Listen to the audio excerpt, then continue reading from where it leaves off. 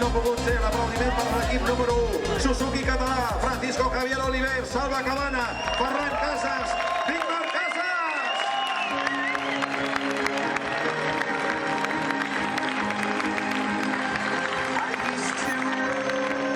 Ens anem a entregar el segon al senyor Antoni Guil, alcalde de Montmeló, el senyor Òscar Pérez de Lara, delegat de la Federació Catalana de Motociclisme.